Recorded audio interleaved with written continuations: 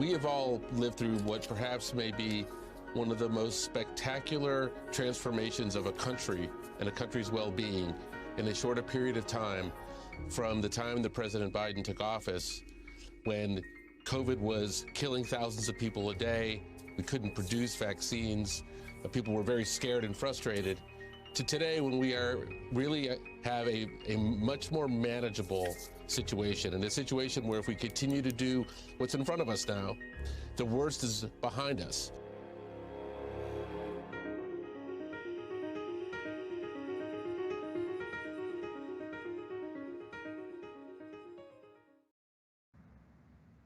Welcome to Washington Post Live. I'm Yasmeen Abutaleb. Today's guest is Andy Slavitt.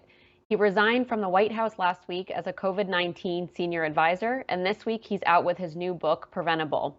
Before we dive into his book today, we're going to get his take on the country being almost fully reopened, variants, anti-vaxxers, and his son who's a COVID long hauler. Andy, thank you so much for joining us today. It's great to be with you, Yasmeen. So before we dive into your new book, I think there are a lot of questions about the variants and especially the Delta variant. Prime Minister Boris Johnson of the UK postponed the UK's reopening plans by about a month because of concerns over the Delta variant.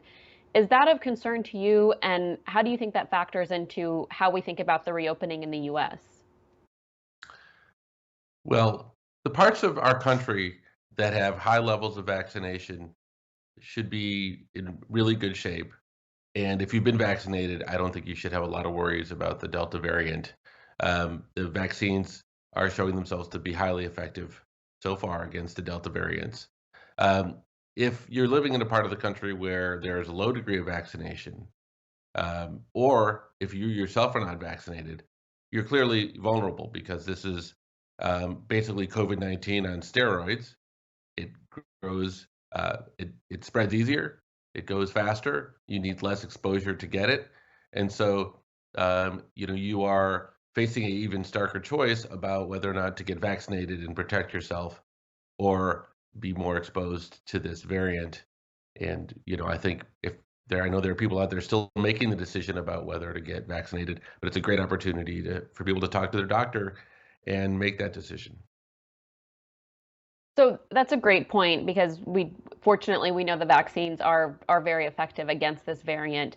But on Sunday, the former FDA commissioner, Dr. Scott Gottlieb, said the Delta variant could become the dominant strain in the US, which could lead to new outbreaks in the fall. So given the UK's decision, how big of a concern is that for you? And what do you think Americans should be aware of? Do you think it could become the dominant strain in the next couple of months? Well, it looks like it will be. When we have as long as we have a dominant strain that the vaccine is highly effective on, then for those who are getting vaccinated, we should feel good about it. But this is a vaccine that will become more dominant. Thankfully, the spike protein is one that we will be able to reach with our highly effective vaccines. So I think we can expect in the fall that if you're in a community, say in the Southeast, where penetration rates of vaccines are lower, and there are things like indoor weddings and other things, you will see outbreaks unless we get more and more people vaccinated. And I think by then, we should have good news out of the FDA about the Pfizer and soon the Moderna vaccine being fully approved. And when that happens, I hope to see many more people could continue the road to vaccination. So I know there's a lot of encouraging news on vaccines and how effective they are against the various variants that have emerged, like you noted. But right now, we basically have an honor system in place for the vaccine. So what can or should employers and maybe individual employees do as people return to work? And is there a way that we could know who's vaccinated and who's not?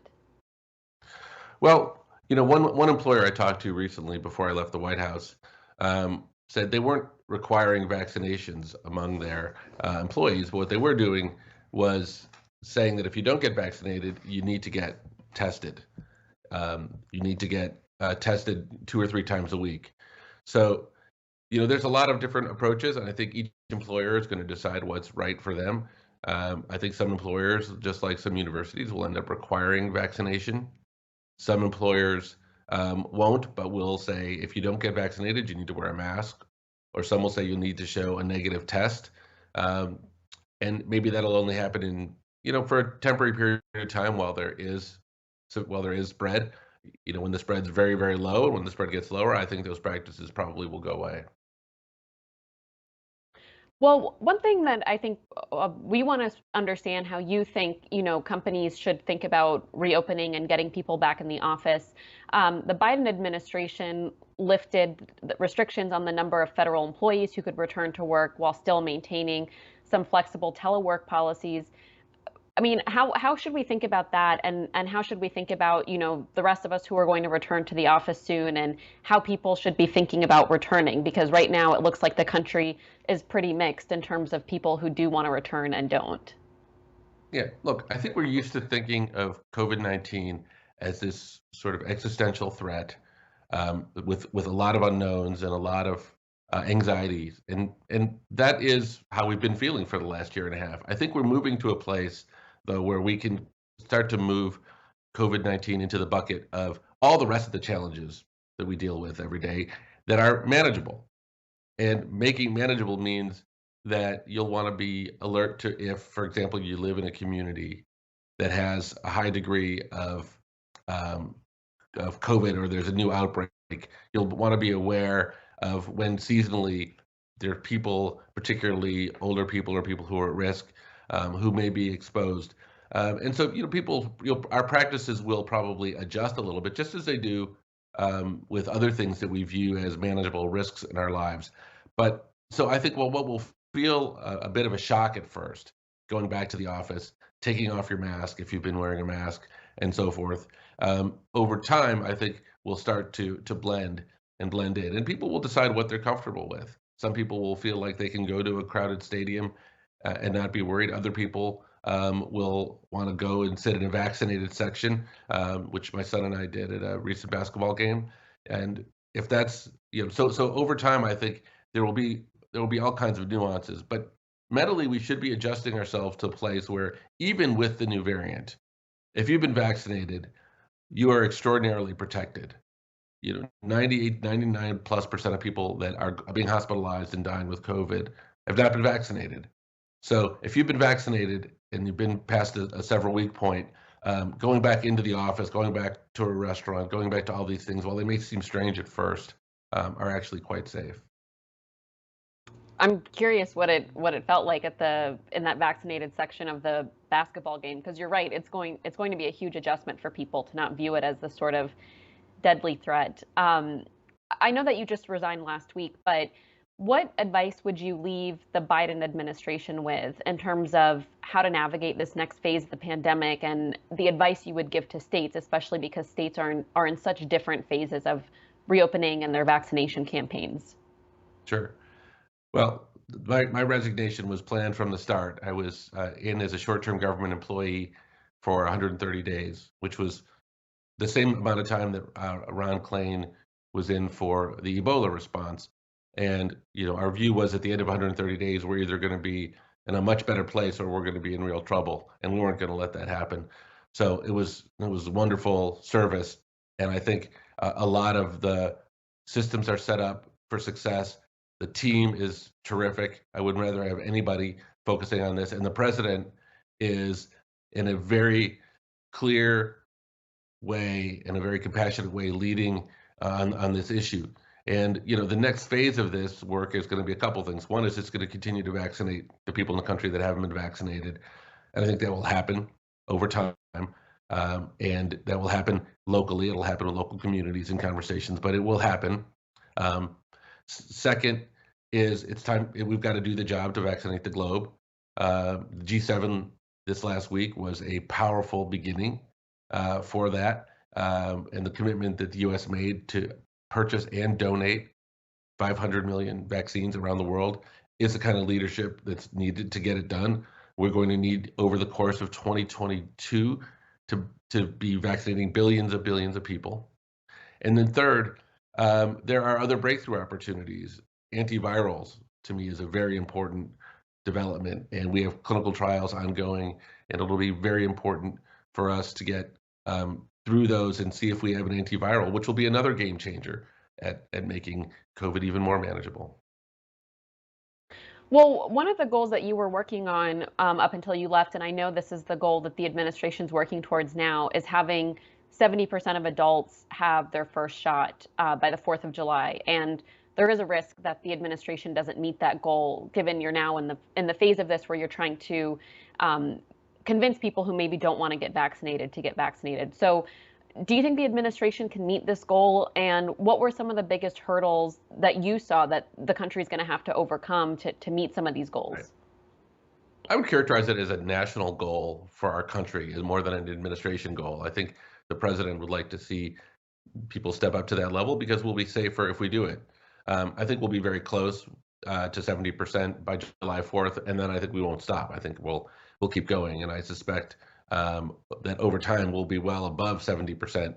But it's really important that community by community, that 70% will look different. So that could be 90% in the Northeast, and it could be 40 or 50% in some communities in the South. So, if we don't want to have a divided country, and we have a president who really wants to bring people together and make this not about politics, hopefully we can overcome some of that regionalization, and hopefully we can begin to vaccinate more and more people. I think the big challenge right now with the people who have not decided not to get vaccinated, they really fall into two categories. And neither of them are people that I consider to be anti-vaccine. Yes, there are people that are anti-vaccine. They're a small and vocal group, but the two larger groups are, one, people under 40, because and particularly people under 30, to whom COVID, they're not anti-vaccine in any way. It's just COVID-19 doesn't, for them, feel like a big enough threat to get moving and do it. So it's just about making it more convenient, making it more accessible. And secondly, there are a set of people who still have questions about the vaccine, and they're on the fence. They're not opposed to vaccines overall, but this vaccine, they want to see how people who have been vaccinated respond. They have questions. Maybe the questions are about the longevity or the development process or fertility or what have you. And we should treat every question as a legitimate question. And we should understand that some people's processes are just going to be longer. For some people, this is a bigger decision that needs to be more considered. And if that's the case, then, rushing them isn't the goal. Getting people legitimate information from local sources who they trust versus some dude on Facebook, that should be the goal. So I want to jump into your book in just a second, but before that, another topic that's been in the news a lot recently, including in our newspaper, is this question about the origins of the virus. And of course, President Biden's ordered a 90-day review from the intelligence community. Have you seen evidence one way or another that indicates whether this might have been a lab leak versus a natural origin? And do you think that the Biden administration can really get an answer on this? Because as my colleague and I documented, the Trump administration had a number of reviews that ultimately were mostly fruitless. Yeah, we don't know. And what's important is that people may have a bias because there's a narrative they like one way or the other. But we need to get to the bottom of this, and China needs to cooperate. We cannot set a precedent of not having full cooperation and understanding how these things started. So you can you can paint a picture where this happened in a lab because we know that the virus aerosolizes, and you can imagine a spill or something like that. We don't have any evidence of that whatsoever, but you can imagine that could be possible. And you could certainly imagine that, like most other viruses or all other viruses, that there's a zoonotic link. It's interesting. There is a segment in the book in Preventable, which has President Trump at the time raising the question, and the way this situation gets explained to him is by someone telling him a bedtime story, which is, I think, quite an interesting part of the book. But we don't know, and we're going to have to. And by the way, it often takes longer than it should to get to the bottom line on these things, but we have to be very insistent that we get there. Well, speaking of your book, that's what we want to turn to now. So you've said that the country's just surpassed 600,000 deaths, which was unfathomable a year ago, even a few months ago. You had said that if Americans had made a little bit more sacrifice, that perhaps some of this could have been avoided. And I want to understand a bit better what you mean by that, because I think there are a number of people who feel they made a lot of sacrifice. There were months-long periods of isolation, millions of people lost their jobs, businesses that had to shutter. So what were you thinking of when you said that? And could you help us understand, you've said that this death toll could have been avoidable. What was avoidable? What could have been different? Yeah. Well, so first of all, Americans have suffered greatly, as have people around the world. So uh, actually, I think the comment that around sacrifice is taken a bit out of context.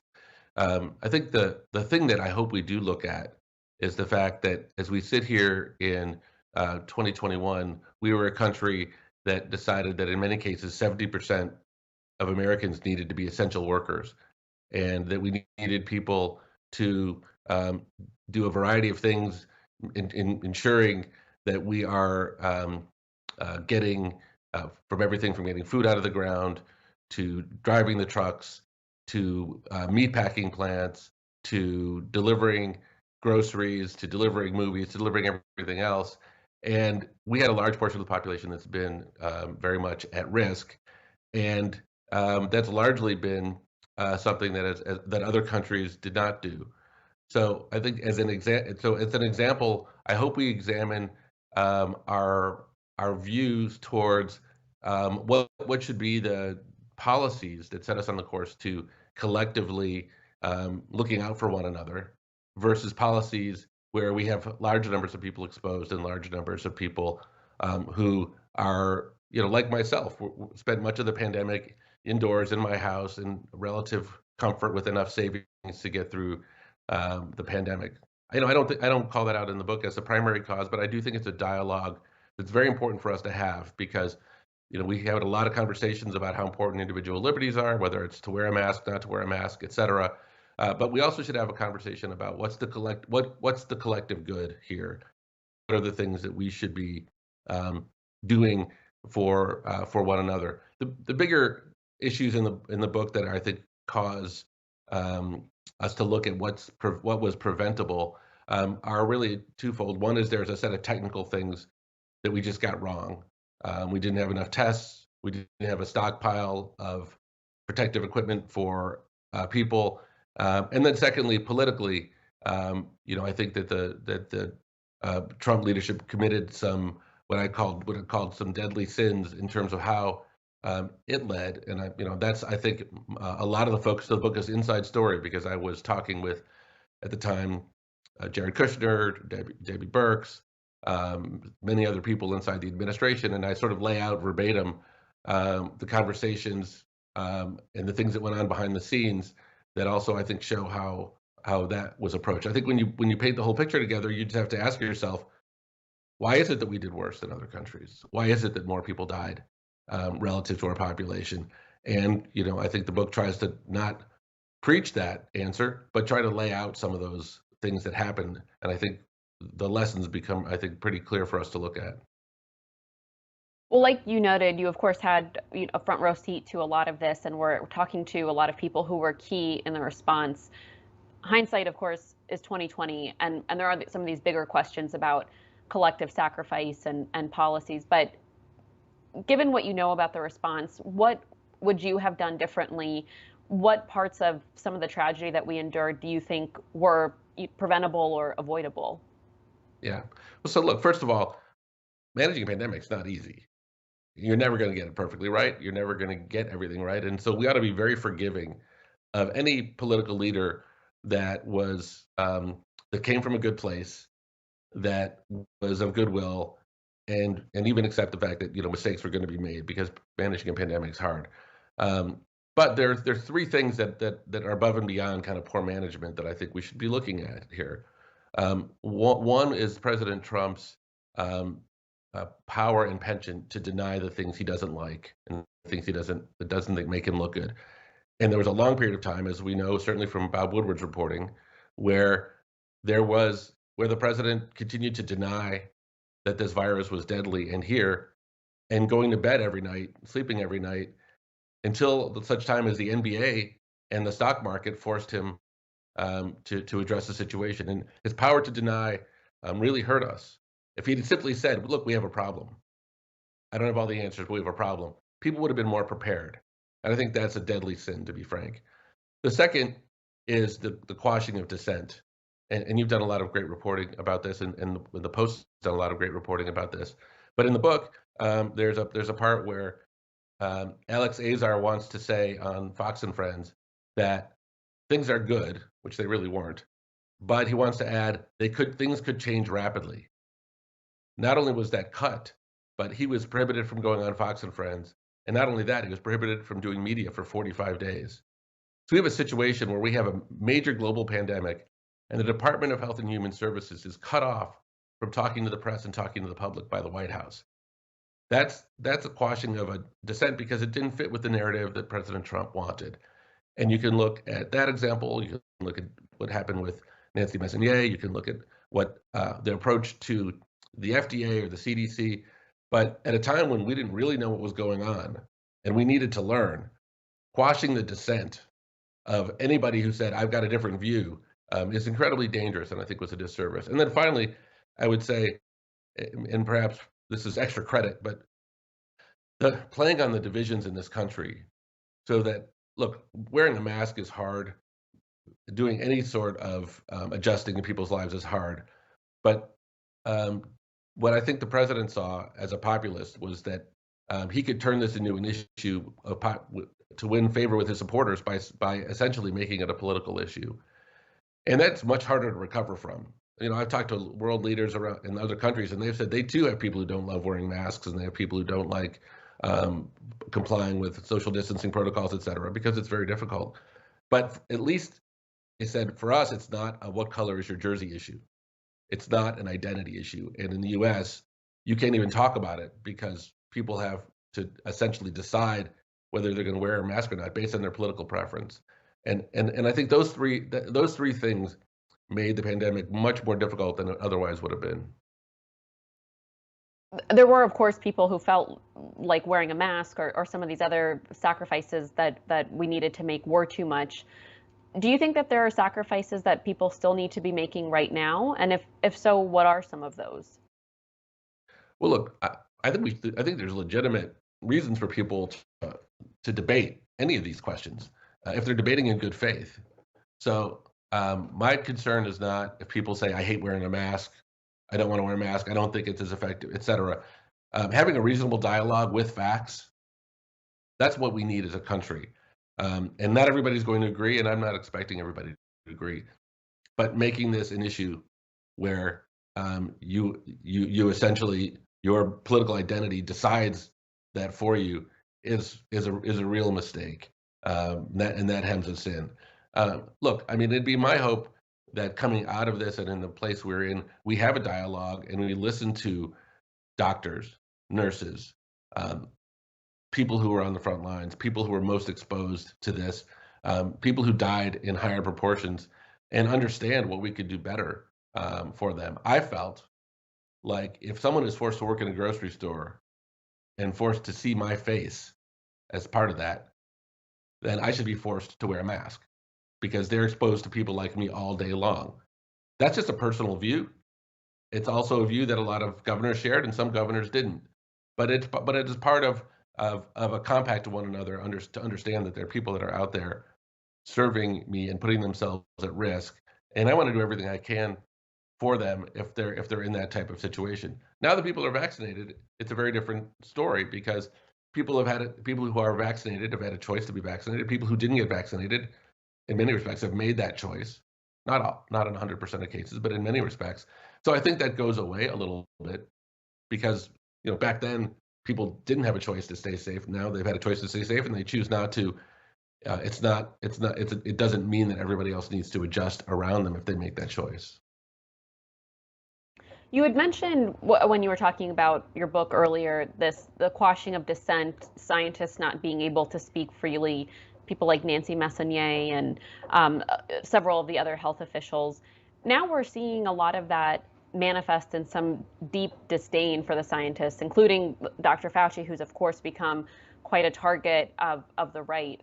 what do you make of the demonization of him? And, there's a lot of pulling his words from last year to discredit him. I mean, what do you make of what he's had to endure from much of the Republican Party?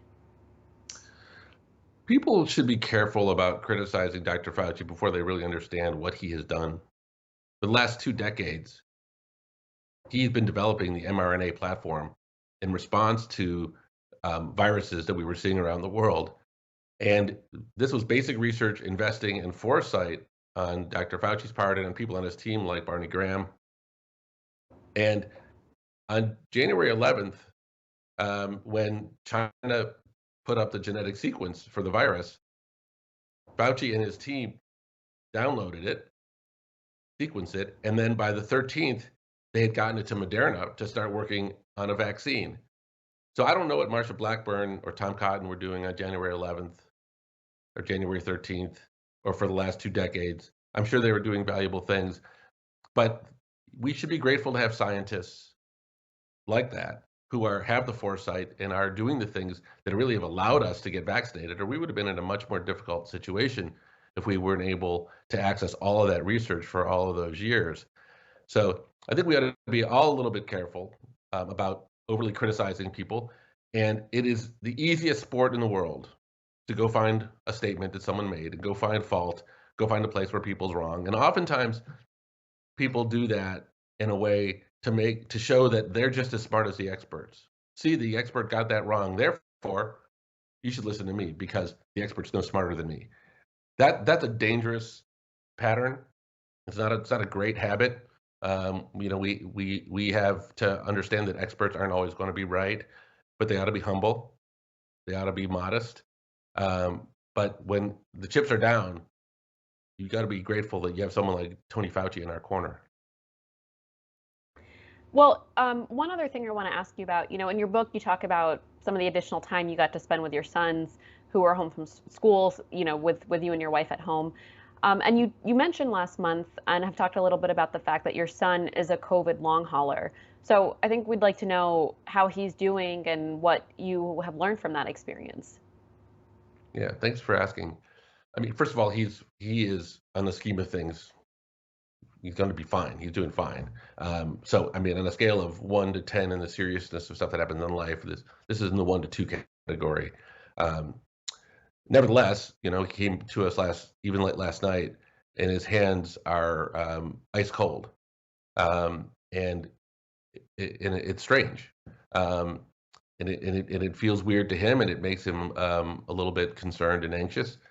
It sort of cycles in and out, and it's tachycardia, it's shortness of breath, it's cold hands, it's kind of runny nose, and things like this. And as a parent, your go-to move with your kids is everything's going to be okay, right? And so when he asks me, Dad, how long is this going to last?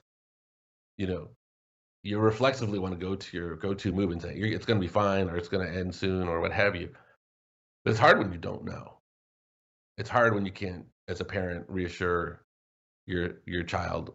And so I would say, that in the scheme of things, we've been quite fortunate, but it is a little bit unsettling not to know when his symptoms are going to go away.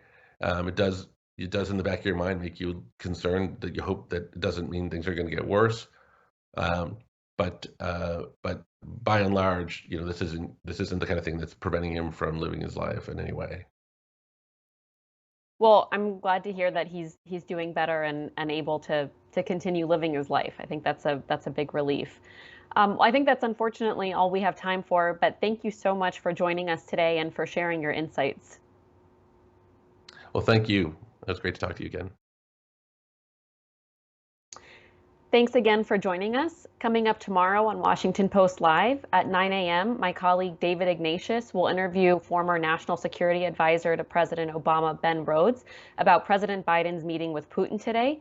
At 11 a.m., we have our Chasing Cancer special, and among those guests is National Cancer Institute's Director Ned Sharpless.